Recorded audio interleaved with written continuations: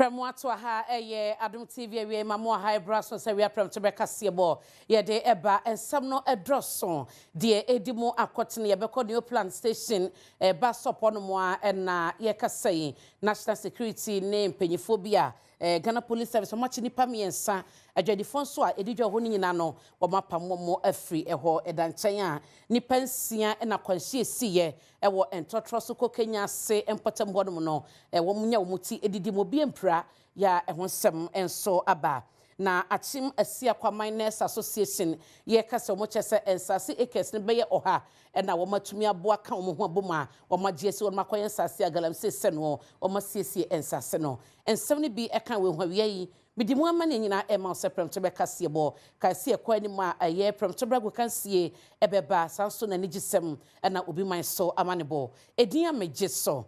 ene abena pokua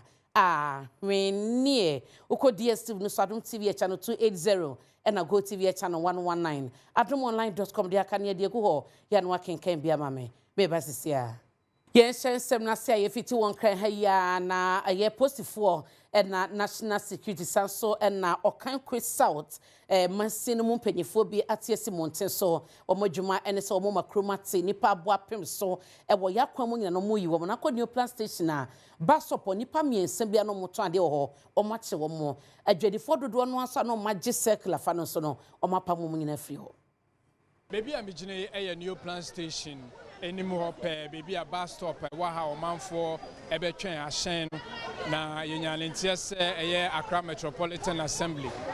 wo sub metro Okankwe South ene apostifo ene national security aka wono abom ama decongestion ekoso ewon kran no wo de bi ebepie mu ewa ha na wo ekira wo manfo a wo eton ade ewa ha ene wall yenimu yi safwe ekwan a womo efa so eton ade ewa ha no enya ade a eboa womo safety ewa ha kra enunti ana womo etu sa na mon abra operation no ekoso no aposifo ni national security for echi ememua miensa bi ede womo ekoye na Adom news central for ene edwedifo a womo wa ha bi etwetwe nkomo for number one mono papa ben for number discuss go for some and no mu tue de afia say next bus stop say ukwaza next bus stop say musi ya park here na musi ya pavement so strong for na containers dey asa won mo that's not so me sir we do musi pavement nko for so mo wa so mo ton nyama wa pavement o want man pam mo Adom news in central for etwaso ene sub metro director awo Okankwe South Mercy Odui etwetwe nkomo aha ye bus stop inti was so movie na bus stop no emuda ha na ne wo se ye de bus stop no eye no ne de aye enu nti na anope ya ba ha na se wo behwe so a ye de ha koni abasa enura ya ba hebi ani me yo nyina na ukọ enya se ya bubububu mfichie ho ya ka ukọ ho a ubehu niam ankasa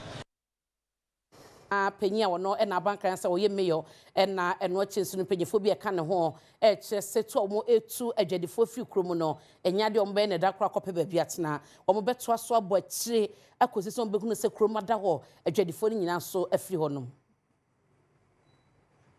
I don't give promises and I don't stand by the promises. Whatever I say, I do. So, what I'm saying is that this exercise is not a 9-day wonder. We are on the streets, so we make sure that the roads are clear and everybody will know that me joining with my brother here, we have done a great job. You all saw today, it's not been easy. We have to visit certain sites twice or thrice to make sure they are off the pavement and the road. We want to assure users of the roads that we will continue with this exercise till the end of the year and to make sure that the streets are not taken over by traders for one reason or the other. The pavements will be cleared. What we are doing is to try and use humane to resettle them. When I say resettle, is we may be looking at spaces within Accra, the streets, where we can allocate on a daily basis that they can go and trade. We're also looking at the pavements, the ones that are large enough to accommodate both pedestrians and traders, and try and put a demarcation there for them. But this exercise will continue till Accra is clean.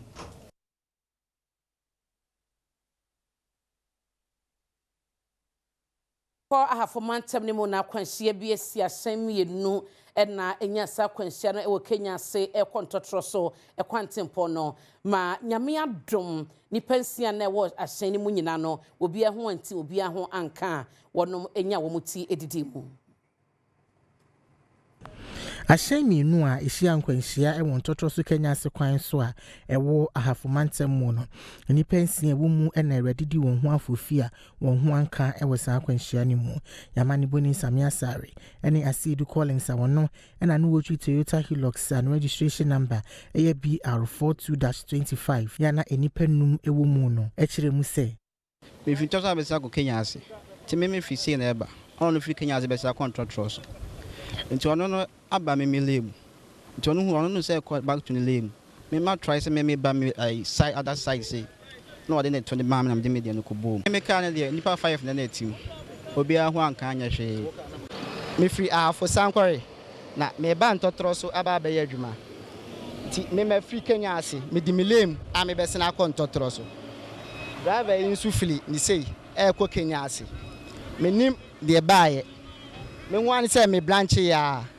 wade ne car no e dey aba bebo me dey ne to o drive no ba ko an wote car ni mu e kire say won hwe car ne so wode o mu di nkomo bonyum e je o mani wo car ni. District Crime Officer wo Esutufi North Police Command Paul Kwashi ekire mu se te CID nyade sa police for ebetumi a kire ade potenam so ma sa kwanhia no esiye enso wo kire mu se esanse new month half mines e de cameras abebo kwan no so nti obekwa akohwe camera ni mu no wahwe de nam so a e ma sa kwanhia no esiye ehun sin no it was very serious anti yehun say fort no they can say asimesi na drive away na ya na way na ya but luckily say new month camera wa ha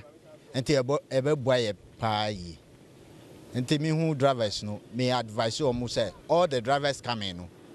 omunya botre wo kwan no so ko Premtobre ejina wachim asia kwa ne ho na womo etufuma gudie bie omoti ko ya chim asia kwa miners association ensase enipa bi eye galamse woso efuntum fra ye se no edija wo no omakwa kwahwe aye ho adwuma se ye kasei ensase ekes no makoma ko ha na omahwe asiesie sansase ni nyina wono ede ho amane ato Adom Kasee ni said ye beya efom agudi a wotu enyen sunsanso obone ewo mmia hodo a woye adwuma nti achem asua kwa miners association aka won ho abomu a asase ekadu a wotu amena woso edutu efom agudie ewo asia kwa ye webu akwa South West ni wepo yamantam mu no wakata kata so nyina dwemtinani a wode eku ya no kwa meboaten ekire mu se sa adwuma wodi ye ne bota ye pa ene se ensase a wotu mu fom agudie no betumi esini dada mu biom na ensan so nyan sunsanso obone bia ewo tememufo so minus e wo ha no do ebi ko bade ye kai no ye kai hu bom ebe ye ko ba ko ana ye dikoto no nanum se percent ase na amanfo tu adwane ko no ye kata so na ye duadu nnua ene ado na nso na emu asisi ye tetim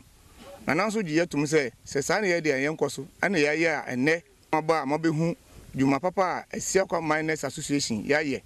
ena ewo ye chi ya kata so free sabreko ne beduadu nnua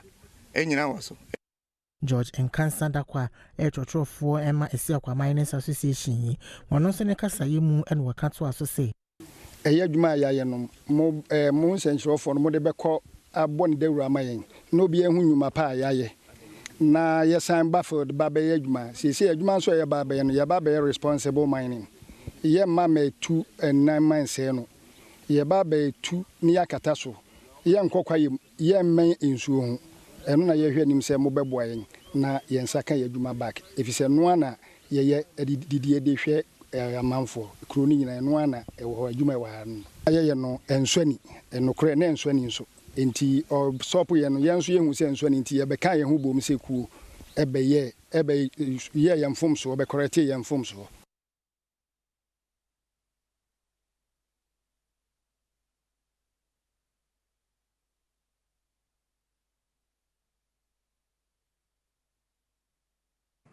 na yɛtoa so amede wo ekwa akobie mu ewo dwumadie sonko ya mpanyefo apa ho ntoma mo ekyese sade eba beboa ama emabu enyuma ye eno achi so no ede mfasodie pinu ano na ebebre oman no eye Alkebulan City project ya adwumako ye Medes Limited wo mo apa ho ntoma na wo ba behye so behye kina amaga na kan kosika sem totoye ne mabu adwuma yen so no akosoro.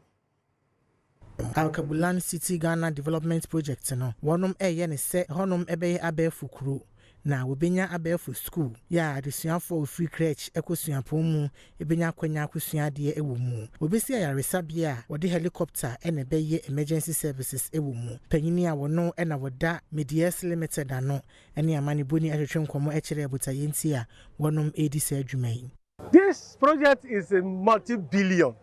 dollars project. So this multi-billion project cannot be hidden under the carpet. We need to open up to the government to see how we can work together. So we urge the government to help us. Chief Executive Officer with Blue Gates Global ano eye Nigerian Real Estate Development Company ochire emfasodia e wose adwumadie so. We're talking about a project that is going to accommodate over 500,000 families and over 2 million jobs is going to be created. I think it's a project that should be given a chance where people can buy into and live in. It is not only Agave that is going to benefit from this project. It's going to benefit the sub-region. And I wish that this project becomes fruitful. It should not be a white elephant. And we will monitor the project. We will see their plan and then monitor it to become successful. Pani John Dramani Mahama apao empenyefo makoma kwadua sanko na womo ekwa kwhye na NDPC womo edwumadie awie peye womo adwuma kese ne so womo behye na oman no babia na ni kire project ahodo ye oman ni hia no mo de nyina begu nkrata so mampani Mahama de ato abedwako ne womo dwamtade anim se bibibi womo eye no womo nye ne se emfidodo oman betuma nya mu mfaso na to aso saa ne nkobasa ne wo kine ya wo de project abaya hyase akwa kowie short term ne ma no mampani chese emwa Ghana ento womo Toto Niema enkwachi. Alkebulan City Ghana Development Project.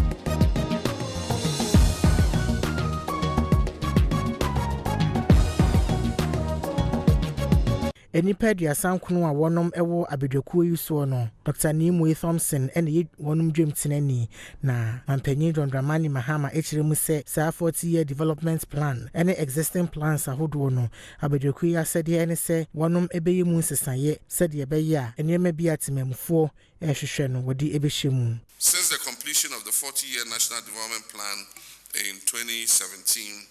under the leadership of Dr. Nimwe Thompson, not Moy, Nimwe Thompson,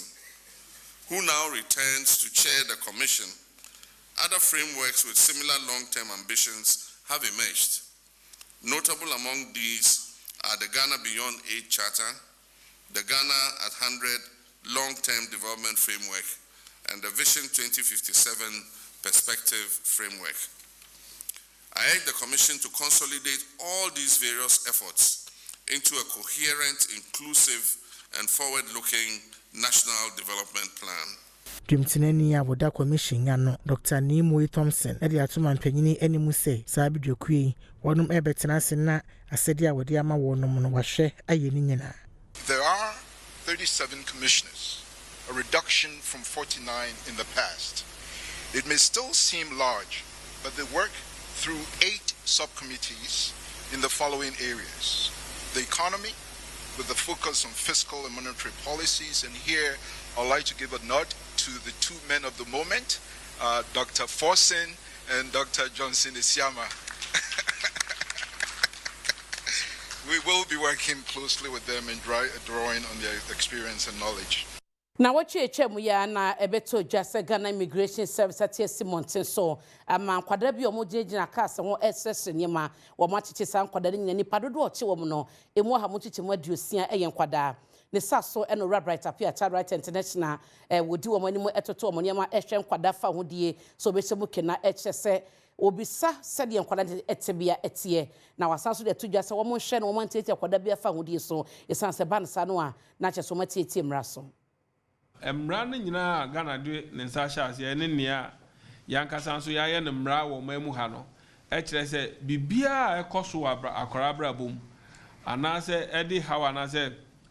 anamo bi obi betu afa akora ho bia no ese akora ni yedie ne fa hodie ehia sa nipa no ansa na wetimi atu sa na mo no enti na ehu aba behia se nkrofo na ye che omufe kwan no ho no dodo na over 60% eye nkwara na omo kwan no ho enti na ye gidi se mra no akyere se e fa kwan bi so ne ye de edi se adwuma na ehu behia se ye be fa sa kwan no so na ekwan a ba kwa emra no de ato ho se yetimi fa so no se se akora bi enu we se yetimi declare no se or a prohibited immigrant. For that matter, no, I see a to detention because ocean ya corner and penifo no ni nkwara na ocean language o mu use nyina say nkwara no ni penifo nya they are in detention. Yet was na me bo amane say Kasee enhyamode bi akoso ye enchechire ya mpege for dem a mate to mo ku adwuma mu na enuane ye wose ba bonten kwan be fa so adua ene ho dwuma nyina no wo mo emma wo mo entiase ne enchimu nti emma extension officers na ekoi edema mo a regional gender advisor emma Central African Council for Agric Research and Development wo mo de afutuwi atum. Central African Council for Agricultural Research and Development, any food and agriculture organization, Akamuabumua, what it's extension officers are we ma, ya we wonjuma ebu and Kranhanomo, regional gender advisor, Emma Central African Council for Agricultural Research and Development, Dr. Maria Maiga, any amani buni enko motuche muno, and wachiri muse, wanum enshushe mubi a ye, ewo bibi maiba akosono, ebededi se, Emma Kakrebi pe and a wanum extension officers are, wanum ebua kuya nsem the sentinel ho akohia so the wonum ebefa scientity anymore. Truly access to the technology, know about the technology and take advantage because of the gender gap.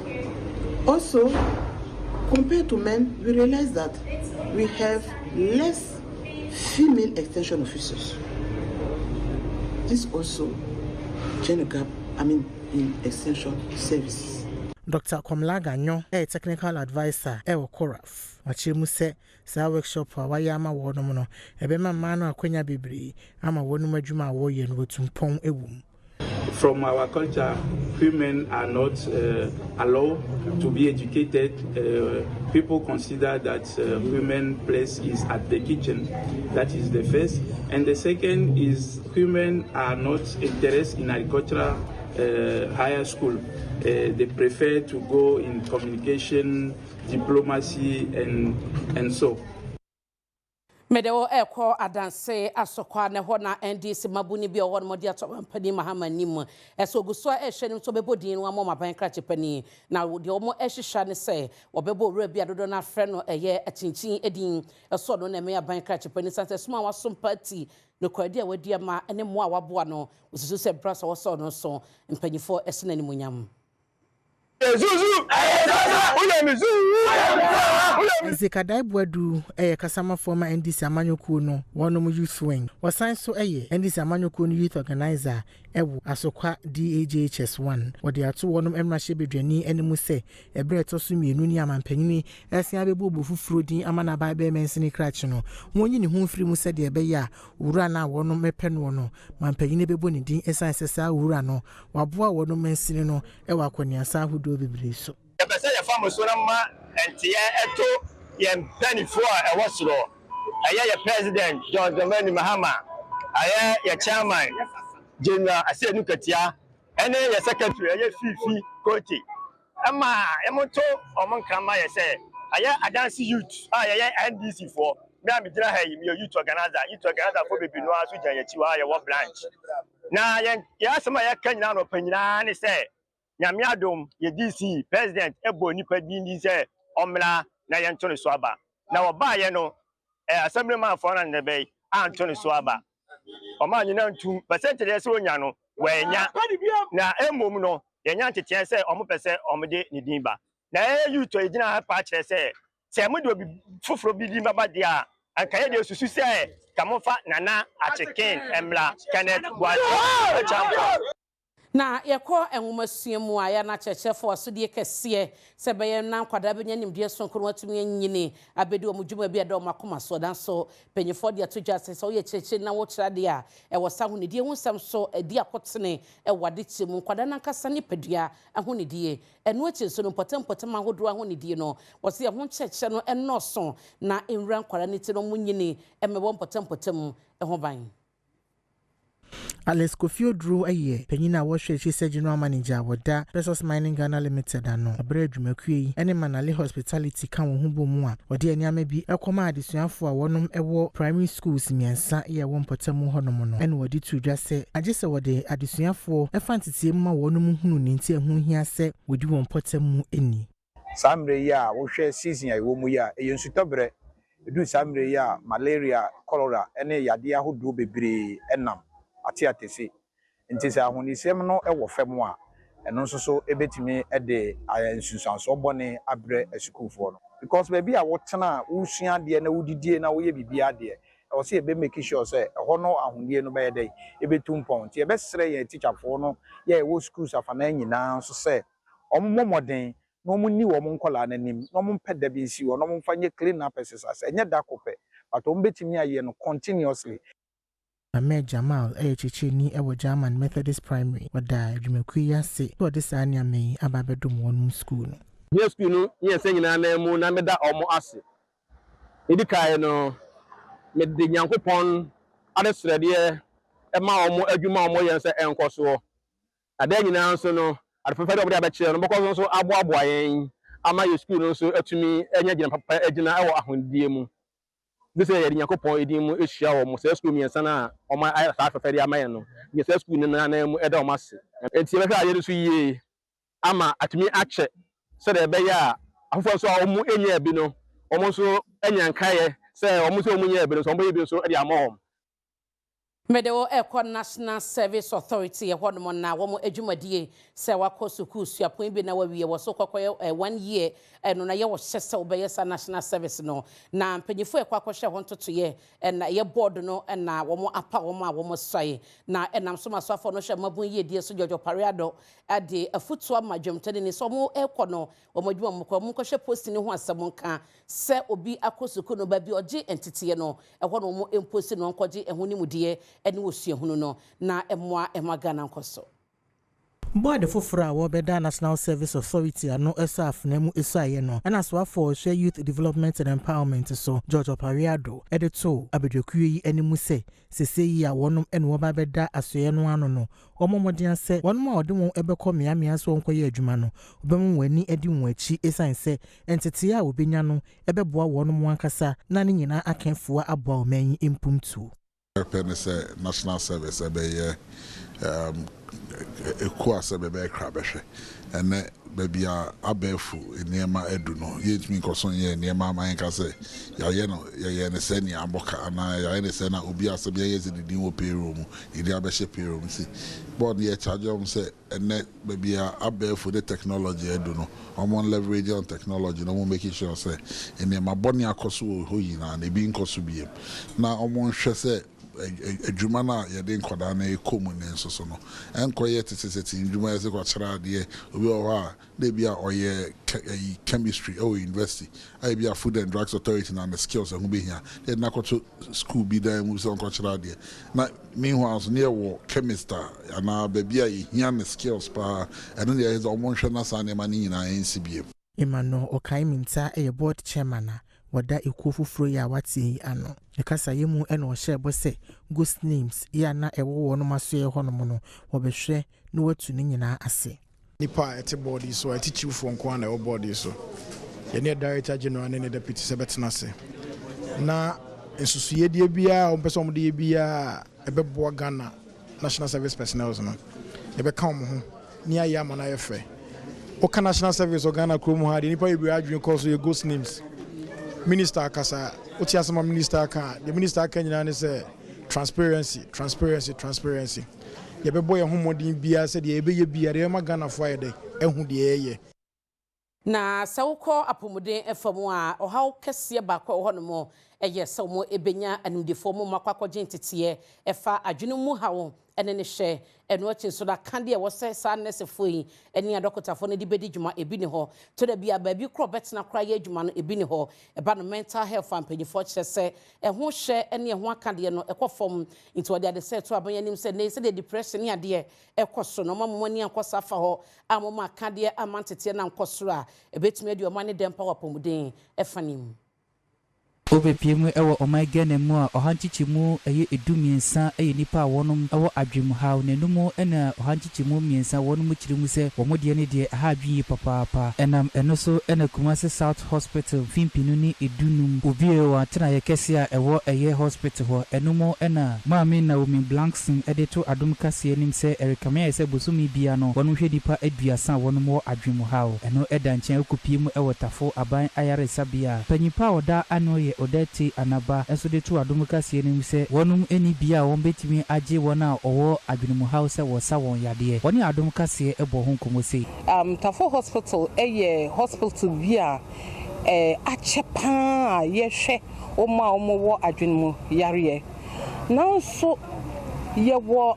how bebre ewo ha sei titru bebi ayehwe omo wo adwenimu yare no ehonum sa nanso hospital no ankasa no enka yewo asase anka yebetimi asi adan no bi aka ho yebetimi ayusi sa adan no ede ahwe omo wo adwemu yade no enti senka yenya aban ene nkrofo mo betimi aboa yen na so omo ba na omo beboa yen emaye si sa adan na megidi pa ye se Tafo hospital beye krabehwe se eba adwemu yare ehwe so a Enwechi ena Ashanti Regional Health Psychiatric panyipa wadano Dr. Francis Opon eni Adom Kasee ebo nkomo no chirimu se wona wo adwemhaw yare ehia mmoa eni kwanse ye basabasa sede ne emekwa apomdin fo ayehwe mental health ana yehwe omomo adwemhaw se ye twetwi obi a onya adwemhaw obi kwatimi ka se ade ne de ba kakra ode bi hu ankwala de edaso wo ho na ye di omo ho fel emboa tinisi ade ensache obia so because the ade ensache no so ndeso wonya we na kina betimi ato yen kaka ku abranti amane bo asanti mantem Mame fankwa poemantemo na enche bia ha ya na Dr. British Suafia de Breast Care International kandi for de betudwa ese kwa poemantemo a emari a wo enya no fomo kokram no e wo soro pa na e wo behia so wo be yenhwehwemu no mahunu die nti ama no ekobasa nei abetudwa ese galamse ya ekoso enubone na wo mo di ransa sinimu eye galamse no ne nyina keka ho bie efa nsuo mo efa nuanimu no na ama no fomo kokram yade no ehwira kosoro e wa poemantemo woni samtwofo ne siaye ema wo mo nchechire a wodi sanse mo etudwa e wo Kumasi Dr. Beatrice Suafia Day ya wo yesi wa woda Peace and Love Hospitals na wo science to Breast Care International achemu se nhwehwemu bi a wone University for Development Studies ye woso menya ya Tiva Pharmaceuticals efa ho kanyina no eda ne di se won mo na makwan boni so etu fom agudie no wonom ewo nuboni bi a wode etu sa fom agudie no a ne senti nsutini ahodo a ewo epoye mantam die ne nyina asei adenti kra na abibifo ye breast cancer no ano ye hye adenti kra na abibifo ye nya breast cancer no entem echen abrofo se ye betimi enya sa solutions to the questions this ye research ni enya data no na say ye wo sa comprehensive cancer center na nye Ghana nko a ene benya ho mfaso eda otumfo say to autosmienu ase so waje sa center na sine naso enye sabi asantefo nko an benya ho mfaso ye for the West Africa sub region and impo Accra the sub-Saharan Africa. Maxwell Kudeko ayudrim tenani a wada epoya mantemu Ghana Journalist Association ekuna no akyeremu se ehu behia so menyin betete enimdifo a wanu betumi ahwe kokram yare na afei wansan so enya bia obeheda ahwe wonu wanya kokram ewo ayaresa bia kese mu ewo memu. The hospital, we have about 34 recognized hospitals in the Eastern region. They conducted a research in 33 out of the 34 hospitals with respect to the prevalence of breast cancer and breast cancer. And the research suggested to us that there's a need to increase the number of facilities and services in majority or most of the health facilities that we have in the region. And then also, it suggested that we centralize basic imaging, pathological and surgical services in targeted hospitals. Na yenyina wa santemante mu hodmo ho na otumfo osetu to the second foundation no womode ayaresabia ho nyama akomanhia ban ayaresabia akomo ma womo ede kwa akohye aboa emaya ekwa wo so enkwada apomodehwe ekotachi. Otumfo say to the second foundation or kwana wofa so aboa mapomden pagya na so brand nkankan wa santimantemba ene o mamuna ka ho bia mane wonyamwa e de free asantiman UK eho ama wode ayarehwe enema akoma nana kunadu yard motosomiansa maternity blog no ewo Manhyia Government Hospital a portfolio head ma Otumfo say to second foundation eye akwasi oduru kranche one senchofo bonkomo e kan say medino e doso for the press on the back at doors. Now, one wanting show price send a year our Santi in here. It's a crowd for Brand for supporting them in the hospital and far to my the hospital on the outside, the maternity block a Santi, not really had a possibility. Wow, him a dear that's what I say, oh, you know, I say, one more Santi. I can say, if you will be a so what so the crowd will be a problem from Peja, Malaysia, maternity block. Enwachi ena na musini de ma asantiman UK wone sancho for bon komwache senti ene obebo Otumfo City Foundation mo tu sa na mo asantiman UK e o ma yewra ena da no ono na se kan ade hye de enti kwanya we no be besere UK fo nyina se wo nyina mo yeye bibia wo nyina yi eboa yeti fam be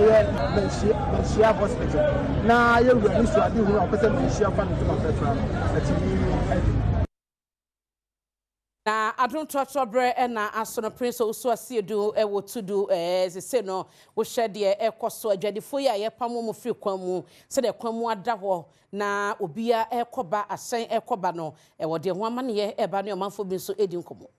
Adom Trotro ena etwegum life na ye de Trotro no abepiemu ewo enkran bebi a megine eye kwan a wo fa so a wo de wura eye tudu MTTD na wakoye makola Era eye CMP. Meno kase eye jodifo a eneda Accra Metropolitan Assembly ebetu omo efika kwan mu eni pavement so se womo enko nechi se ne kwan beda ha na womo safety womo aboho ban no ejodifo enene da etoso mienu a ye ba ye hu se ejodifo eda so a edidwa ewo pavement ni so ye ne omo di komo ebiso omo di enti a womo assign aba pavement ni so ebiem di enti ma asan ben da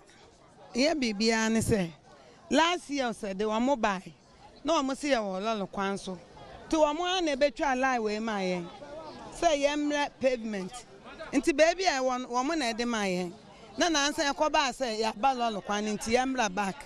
enti ya ba na ma ma ye ntumi anto ade ye ma ko school enti mo hu ya mabo na momfa baby ama make no momfa ma ye ne entena so ye tena fia ye ntumi nhwa ye ma ye sra mo ani die mu a wo ton kantose ene brode jenefo nso wa hana kakaduro kakaduro wo nso wa ba ha ma me nhya me mehye kona ho he kona ne edi odo wasan ba pavement ni so biemu no say entina ye ntumi nya adwuma nye emfa nhwe ye ma na ye bibia ye wo krusu ye no say ma ne ya da ne mema wo me kitankola 4 me na me ye bibia nti no mo si entina yɛbɛkyerɛ no ɔmo bɛpaipa nyama ɛso yɛtena asa amade sai yɛanya baabi anko tira no pɛ yɛsa ba aha ne yɛbɛdwo nti yɛsrɛ aba sɛ yɛsrɛ no ɔno deɛ ɔgya aha ma yɛ ne yɛntira ne yɛso yɛnya kakra fa hwɛ yɛ ma no ano no. All right, woton kakaduro enchine any garlic mame nko mame ho ono nso mehu so ono nso ton gari mama enra empenifo etu mu fia enemasan aba adentina munko edwanim se na omo kyese ekwan eda edwanim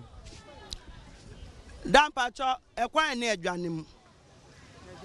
edwanim no eho nyina ayema eno aye pam yesisa ye niam akra kogu ebi mu nchen kra omo si yembe sisa nti ye pampenifo no cho se omo ye mobo se na ye nyina Africa akwa no ya ba pavement no so no omo ye mobo na omo manage ye sa se omo pam ye sese a obi wa ho ye single parent ena de omo ba ye no aban foforo ba ye no de omo ka kire ye no enye no na ye hu no te ye pam ye sese a ebe ha adwen te ye pam chopa mpenifo no mbo aye na omo ye mobo na se na ya arrange ya free street ni so ya ba pavement ya manage ni sa kakra me do mo asi mene ejodifo ebi so eni nkomo mami woton more we ye den agbelima patrai banchi more wasa enu a omutu enu a mehu so omutu fu enya sam kitwa wa omatu yen masa ba ye ye ni bebi akọ edanu no mo be ka kire se ye peja nyama no omo se ye hwehwe bebi ne fa nyama no kogu yakopeta no mo bia omo maaye no yakohwehwe ye nya kwan bia ho nti kakra bi na minyame ye omo ba na mapeja peja fine me de besi miti so omo ba na mapeka yo na wa fa bia mame na me so mafa bi na ye da fa se omo ba se ya de be fa se omo ko se ya na ye da fa se sa na ye no ya bre enru asemi ha ni na ye me ya ba ye bende ya mba ha ye ndidi ye wo ba ye wo mami ye wo papa ye hwe omo so enti se ya mba ha ye be de ahwe omo so ye ye dwuma bia mi se makọ school me wie ba dwuma ni ho nti we na me so me ye kakra de didi de hwe me mami ni me mba so me da mo ene me nso na me di mate wo trotro mu se trotro no eye ma mate ne eje so se awe edi a me so me je so ene abena pokua menie kejo na kasa Erika sie do boade oyeka do kejo ati sen mejo so na ko for kasa finance minister bag na wan fa ma o we ne de man fa ma ne ma wo mpa ba ya ta fa brother fa betre me de be ma e pon me de be ba e ba tsaye ba sisia all right Fantastic afternoon, abusia. Emerson, ya de agudi mu nsam na eto aso se Premtobre Kasee masom afi Mrs. Patience opokuya ho.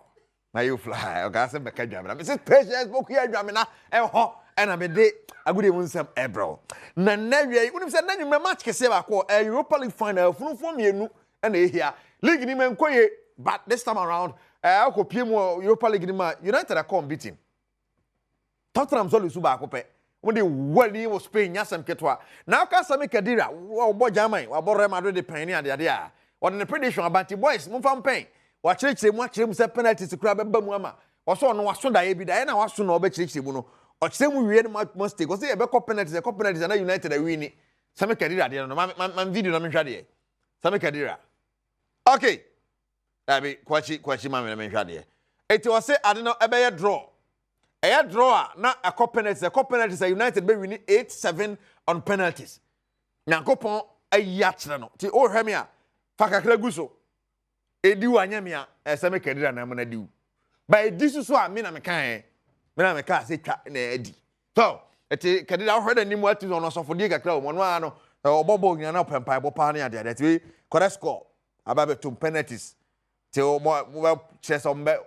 to win the trophy United. And over 3.5 so abo and to win on penalties so abo. Wow. A big picture. And we this career go to me and 7 p.m. live commentary our Sempa 94.7 FM. It's a channel so FM. If you say me who say Pep Guardiola is sunda. Now one any man ko ye man no and I who say na near tata so one chedensu. But Kevin De Bruyne about the last game for Manchester City. And Etihad. That is the last home game. ofi Man City akọ na dwa unsu na mpese okọ de yanso maka chense ne men kobrai unsu se da su so onko ejina Pep Guardiola ni ase ni su ono ayi Kevin Brand akra na osu kakra yenko Etihad enti Pep Guardiola na kwabia so karo ne to no so a osu ma sakwara areho sempanya so one of the greatest midfielders na kwabia so de bibia si ne make say na hwem nji ha na go so oh mabo Edwefue Fisad onu right Kejuana Kasane Eric Kasee du body message jamana to aso yankwa ni gisemo na when the say enyum to ni wo man yimu wo de atudwa said the enti e ma bebre to da bia omo wo enyum to na say eye celebrities no omo form ho ense bifu ni tokwa mu no wache de enti things that always drives is beef. You know, beef has helped the guys. You know, Shatta Wale Stoneboy. You know, you've got Sarko the Manifest. You have, you know, the list goes on. There's always that energy that pulls, and somehow it also helps to promote. But with the women, they, you know, you women have kept it kind of civil and professional and classy. That's a good thing. But do you also think that maybe that doesn't benefit the women because the talkability is not on the same level as the guys? The guys would always get the spotlight because of different things like that. I think, first of all, women are also built differently. You know, we take things too personal. Like, with this beef thing, it can turn into something else. after the music, we might face each other face to face and really like to talk about it. Like, why did you say that to me? Okay. Whereas the guys can handshake each other, you know, drink a little, and everybody's happy. You know. But so I just feel like maybe, I don't know, we got to really tame our emotions to be able to do that beef thing. Yeah. That's what I think. But na ye begina semi so na we Premtobre Kasee boy de ba ni na ye de ba na we na se sia no de abeto dwa ene ese aloye fobi di asem kokodan Supreme Court ya na wo hwe says yina mampani a chese Chief Justice get to Tokono onkotena nchen na ehwehwemu enkoso no mo de kwakosen ka ye fatabo ento sagen mampani asie no so Supreme Court abatu ogun nti mampani gina ya wasie se CJ onko suspension no egusoa eye adwuma ye koyenim no emunchemu aka nyina na ye de bebreo edin amegye so ene abena pokoa a wennie makrao